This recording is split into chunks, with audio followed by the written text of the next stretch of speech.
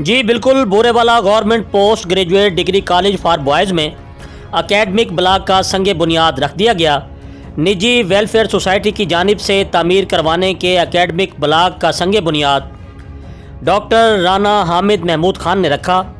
इस मौका पर प्रिंसिपल खुशी मोहम्मद शहजाद ने तकरीब से खिताब करते हुए कहा कि वही ब्लॉक जो हम तामीर करें तो 50 करोड़ में होता है, यही ब्लॉक अगर हुकूमत बनाए तो लागत 2 अरब रुपए होगी।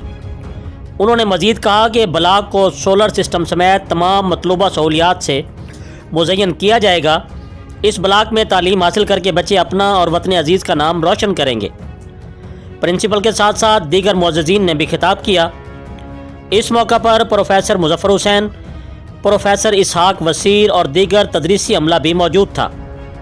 जी, मज़ीद ख़बरों और अपडेट से बाखबर रहने के लिए देखते रहिए ACN न्यूज़ HD।